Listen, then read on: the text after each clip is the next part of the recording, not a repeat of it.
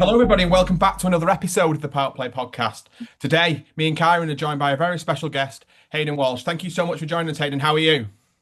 Hey guys, thank you for having me. I'm great, just chilling, you know, taking it easy. Well, thank you so much for joining us. We do appreciate it. But Kai, I think you want to take the floor. Yeah, I have to first state that I can't call him Hayden. It's not within me. I have to call him Stifler. So if you hear me saying Stifler, that's what I call him right It's an now. American Pie stifler. Similar, yeah. But Stifler, no, obviously, interesting times. I think, obviously, you'd have done an interview. I think it was last month, speaking about the lack of facilities, something that we've experienced for a number of years and thought that it was specific to a certain location in St. Kitts, but it seems to be that it's a territorial thing. What's happening on that front? Um, Nothing really.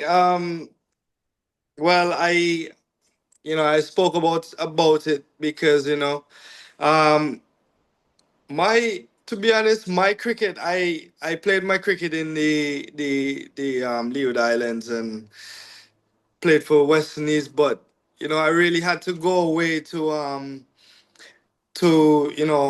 get a little bit more experience, hone in my skills a little bit more so that I can come back and try and perform better.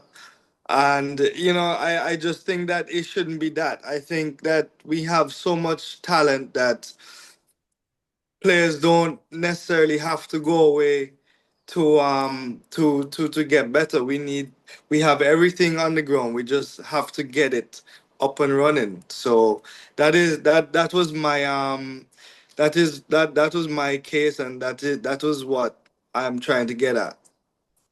I think that people don't seem to understand the difference between having facilities and being able to practice as a professional team. It's two different things. Obviously, you can go and practice on your own, but in terms of having the required or prerequisite resources available to you on your own, as opposed to being in a franchise setting, which is what you were alluding to, if I'm not mistaken. Yeah. Please, just clarify that for the people.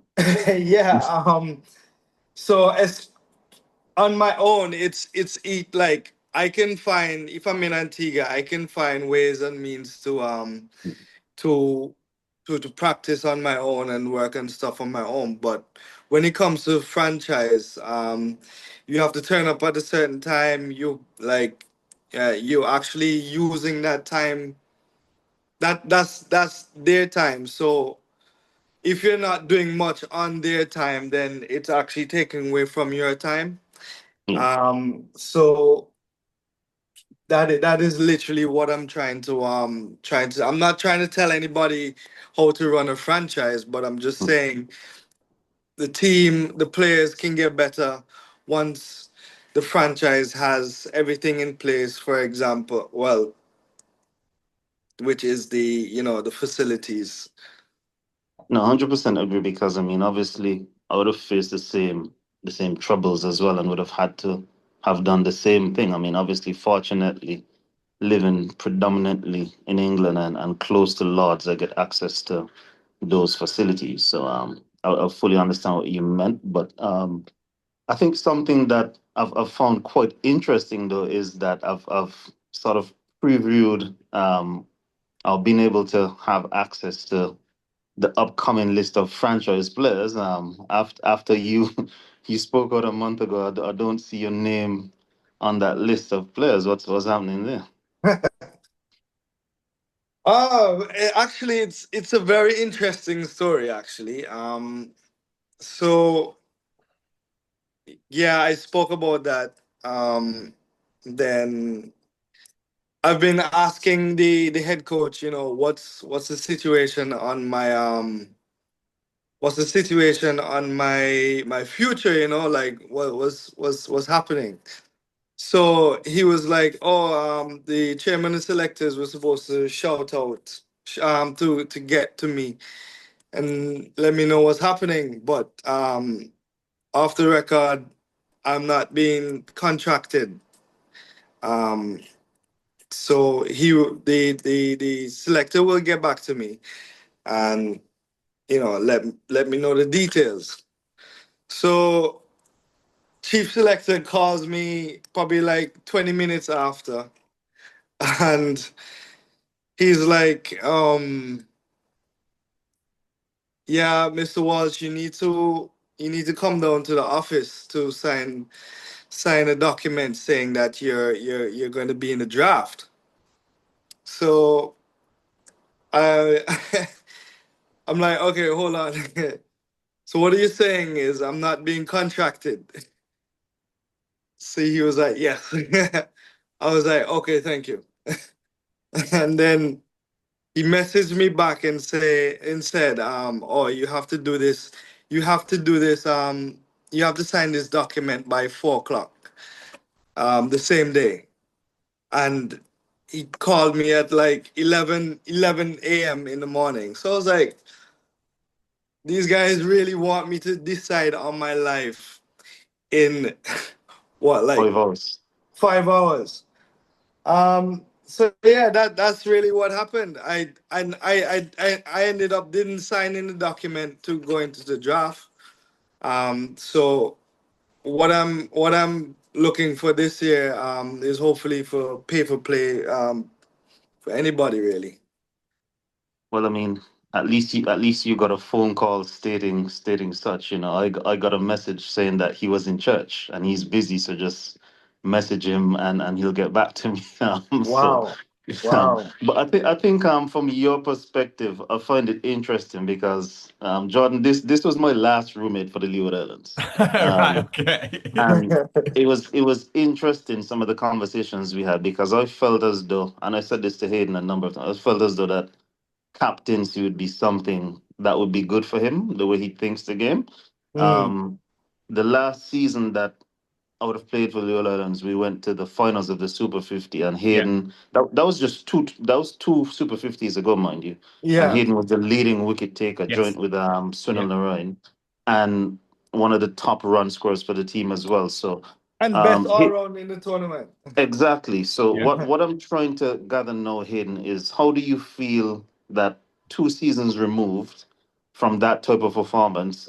Last season you were actually the vice captain of the franchise, and then to hear this, like how does this translate? How does it make sense? To be honest, I've been trying to find like the answers. I've been trying to find like the rationale, but it really doesn't add up because No. it's not. I'm trying to figure out have I like fell off that badly? Yeah, have you done something Um, wrong? yeah, like Yeah. what have I done? Yeah. Um, and honestly, it keeps me up at night. Honestly, it like I wake up in the early in the morning, like days, like wow, that really happened, and it's really hard to take right now, to be honest.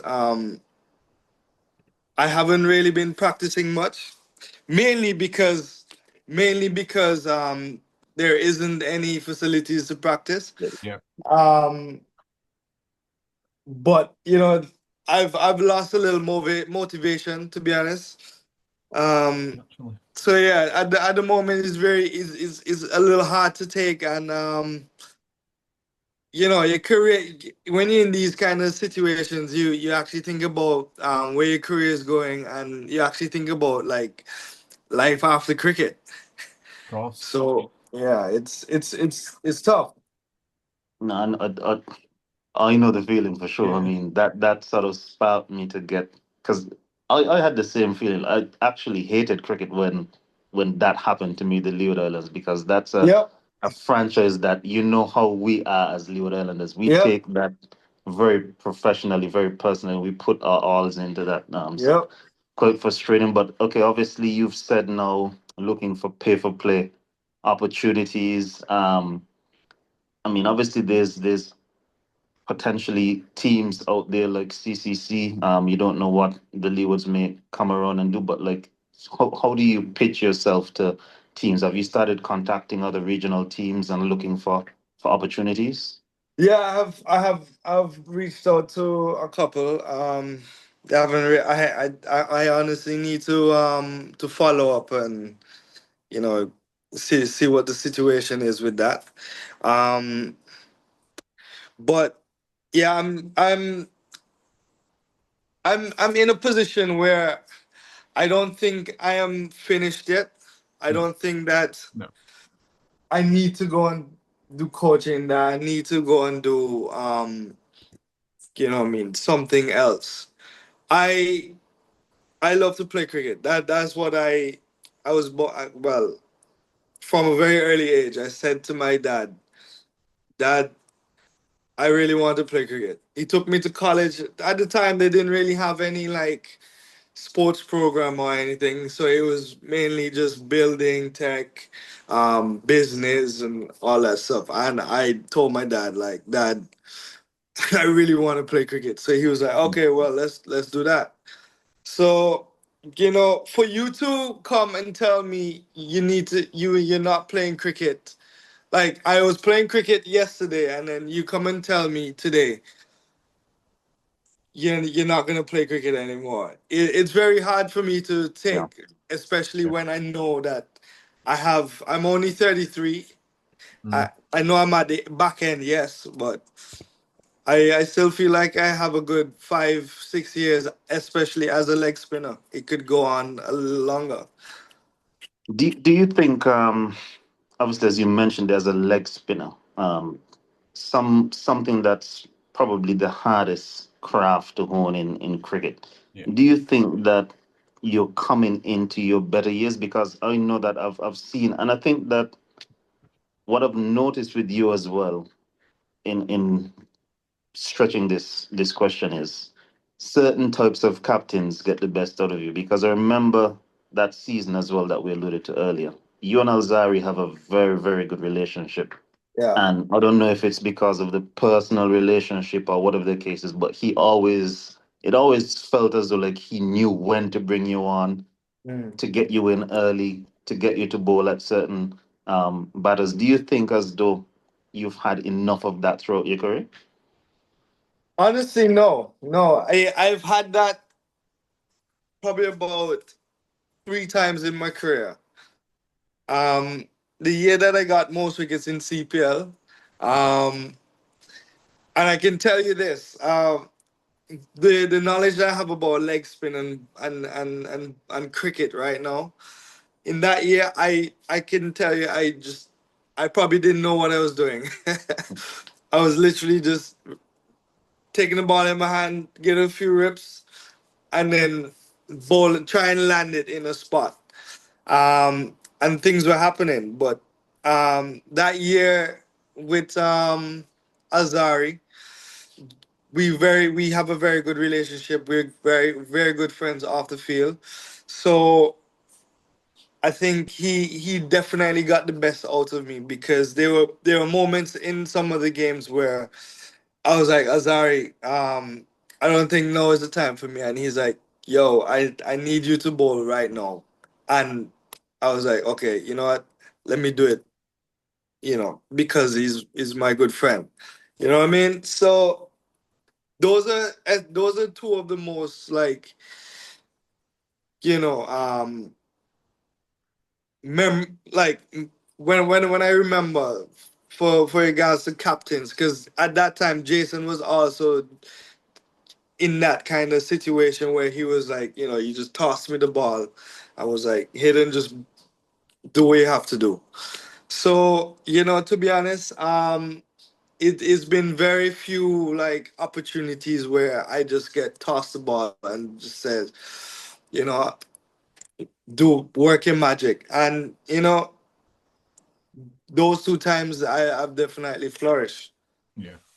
So, question now, with Antigua having a CPL team and you being one of Antigua's very own, how disappointing is it for you that even if no other territory picks you up, like your own country doesn't give you an opportunity? Yeah, I feel honestly, I also feel a little disappointed about that as well.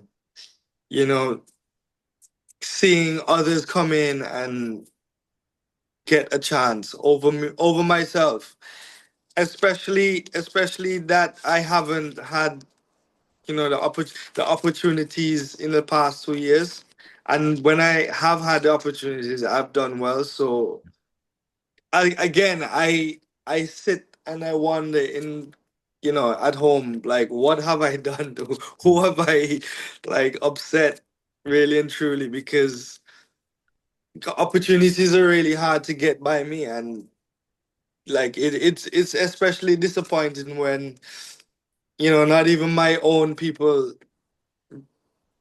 wants to, give me a fair opportunity. Yeah. No, Jordan, I could see you have something on your mind. I'll let you. No, Question. it's not necessarily something that's on my mind, but when you're hearing it, obviously I've spoke to you loads about what went on with yourself, and then you're hearing it. Obviously, Hayden speaking so openly again about it. I feel for the situation, and I just don't think that there's no sort of like so there's no support from that perspective. You lose your contract in other sports. There seems to be a pathway to help you go through your next steps in your career, and not only are they obviously getting rid of your contract, but it's like in a really non-humane manner. There's no thought process. There's no sort of anything to help you through the next steps. And sometimes I just felt like saying at the time, I just hope you're okay. I really, because when it comes to sort of mental health and all that sort of aspect to it, like there's not enough people who, you speak about wanting to bounce back. When you lose an opportunity in life, whether it be sport or business or whatever, you want to have that ability to be able to go again and show them that they made the wrong choices. And I just feel like, in both your circumstances, your hands are tied where I'm not really sure what, like I said, I don't really know what I can do. And it must be so demoralizing, but yet you've got to try and keep this positive mindset with no pathway to sort of go. And I do generally feel for you both. And obviously, yourself, Hayden, recently we were speaking, it must be incredibly frustrating. And I genuinely feel for you with the situation. Yeah, honestly, I'm telling you, it is very difficult mentally, Yeah. because you just don't know where to go mentally. No. And what I also think about, the youngsters coming up, because okay, and Karen has seen this a lot. A player gets a contract from the Leeward Islands. He does well in the Leeward Islands tournament. He gets a contract. Um, there's nothing for him to develop, like in terms of facilities, and Yeah. you know what I mean. Um, but then the next year he loses his contract. Like like this is where we are losing our product, Yeah. because some people, if you're not strong enough, you literally say, you know what, I don't want to play cricket. Yeah. And I've seen countless of guys who just like, they just go off into something else, and it is puzzling, because how did they get there in the first place? Yeah. Why are they, like, what I mean, going back to something else that I'm not saying they shouldn't, but they should be longevity in that career. Yeah. And the thing is, as well, is when Karen obviously mentioned that you were you're coming on the podcast. I was looking, you have a look. You represented the West Indies 11 months ago, so your trajectory hasn't gone down. Your performances haven't gone down dramatically, where you can potentially see it coming, because it's just hard to comprehend. It really is. Yeah, yeah, it's really hard to comprehend. To be honest, I didn't have the best the last series I played. I didn't have the best series, but did that is off the back of, what I mean, having being most wicket leading wicket taker, joint with Sunil Narayan, Yeah. best all round and that stuff. So Well, it's sometimes you just need a one or two series to get yourself integrated. Yeah, well, you say that the 4 games I've looked obviously there in the Super 50 last year prior to the game, you four for two threes and a one for. It's not, you're not. I appreciate what you're saying from you, but it's still a fantastic return in the situation. So yeah, I don't know. I don't know. Yeah. Um, Yeah, Hayden, good. just one more thing from me. Obviously, I don't think you're finished. I think that you should No, try and see how much or how best as possible you can get some game time this season, because I think that from this lack of clarity now to that will give you a lot of motivation if you do get the opportunity to play, to show why you should be playing. But with just the next thing coming up for the West Indies being Nepal, and I think you were on that last tour the time the West Indies went to Nepal. What should, I guess, as a viewing audience, what was it like, and what should we expect? Sorry, one thing. Are they going to Nepal? Sharjah, yeah, sorry, they're playing against Charger. Nepal. You're Oh, right. right. Yeah. Playing the Sausage cricket, and I wouldn't even say, yeah, they're a Sausage cricket team, but they play very good cricket and they play fearless cricket. yeah, Um, what the stories that I've heard from them in the past, where they need like probably about 50 runs to qualify, but they only have 1 wicket left, and they're knocking off the runs to qualify for like a World Cup and stuff. These guys, they don't have anything to lose. We have so much to lose, and I really hope that we don't take them for granted. no, They they almost beat South Africa in the T20 World Cup, and I guess and again is probably just because of lack of experience that didn't happen really. yeah, Um, these guys are they are very good, but the thing about them, they're very fearless and they don't give up. They keep coming at you. yeah.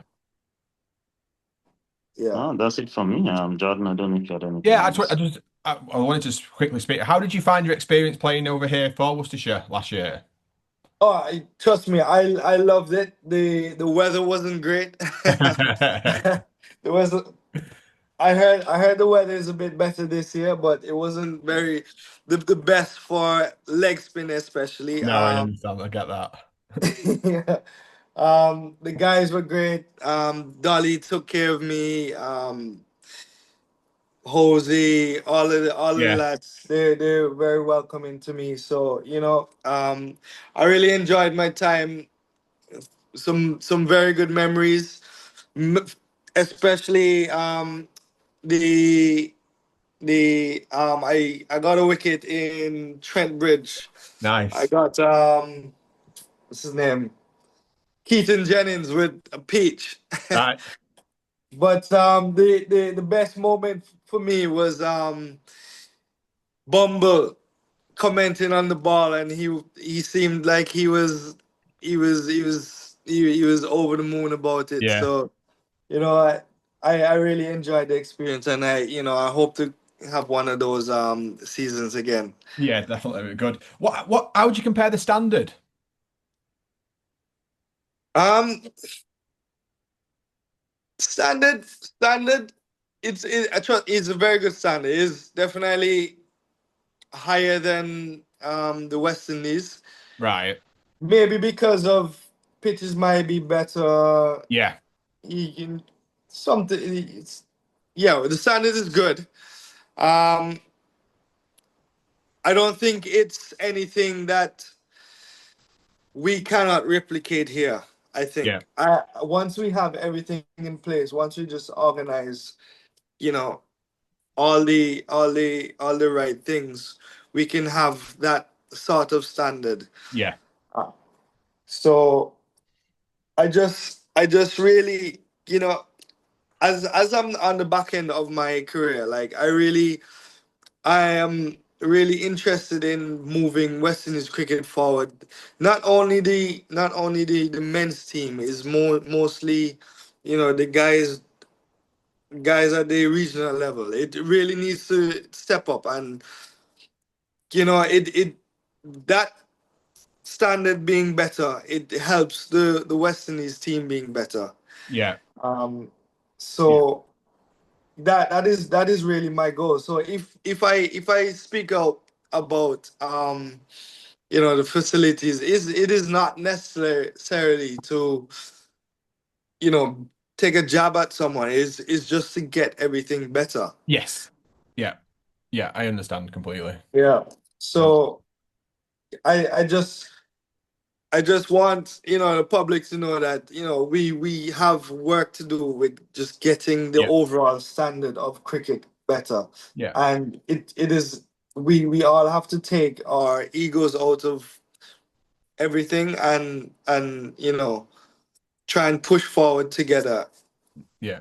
And I massively respect and appreciate the fact that you spoke out about it, because like you said, it's not about, it's just trying to raise a bit more awareness of the situations as well, really, and hope for the support to get it sorted. So I do think that, you know, you deserve credit for, you know, for speaking out and having the, you know, the balls to go and do that as well. Yeah, I would like more players to like speak out, and because I'm sure Karen would agree with me on this. Like, players don't actually speak out a lot, and I think we don't speak out a lot because it actually sometimes puts your career on the line. Oh, well, that's what, yeah. Yeah.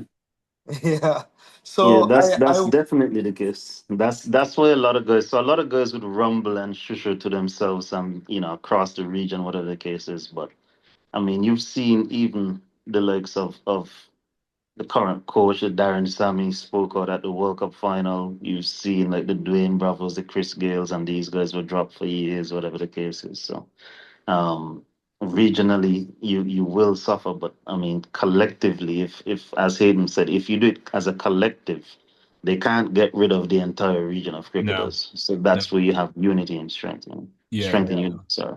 yeah. yeah. Well, thank you very much for joining us, Hayden. I appreciate you joining us on a Sunday. I hope you enjoy the rest of your day in beautiful Antigua. So thank you so much. I appreciate it. Thank you very much, guys, and enjoy. I don't know what's the weather like in England. I'm sure Sri Lanka. I'm sure Sri Lanka is nice and sunny. Well, it's not sunny yet, but Hot. thank you guys for having me. No, thank you. And Yeah, hope you're good. Yeah, thank you. yeah, thank you. Cheers.